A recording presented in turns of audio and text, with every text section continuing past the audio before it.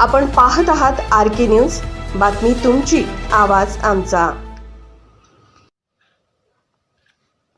हातकणंगले येथे अपघातात युवतीचा मृत्यू।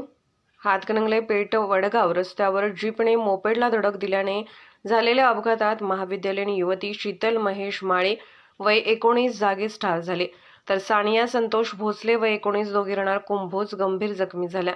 शीतल व सानिया हातकणंगले येथील महाविद्यालयात कला शाखेच्या पहिल्या वर्षात शिक्षण घेतात।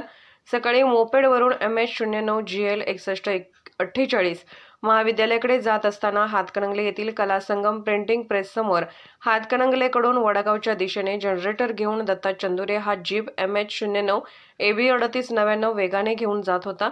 त्याची मोपेडला समोरून जोरदार धडक बसली। त्यात मोपेडवरील शीतल व सानिया रस्त्यावर जोरदार आपटल्या। शीतलच्या डोक्यास गंभीर दुखापत झाल्याने ती जागीच ठार, तर सानिया गंभीर जखमी झाली। तिच्यावर खासगी रुग्णालयामध्ये उपचार सुरू आहेत। या प्रकरणी जीप चालक दत्ता चंदुरे वय 58 राहणार कबनूर याच्या विरोधात गुन्हा नोंद झाला आहे। हातकणंगले ग्रामीण रुग्णालय येथे विच्छेदन करून मृतदेह नातेवाईकांच्या ताब्यात देण्यात आला। यावेळी नातेवाईकांनी आक्रोश केला।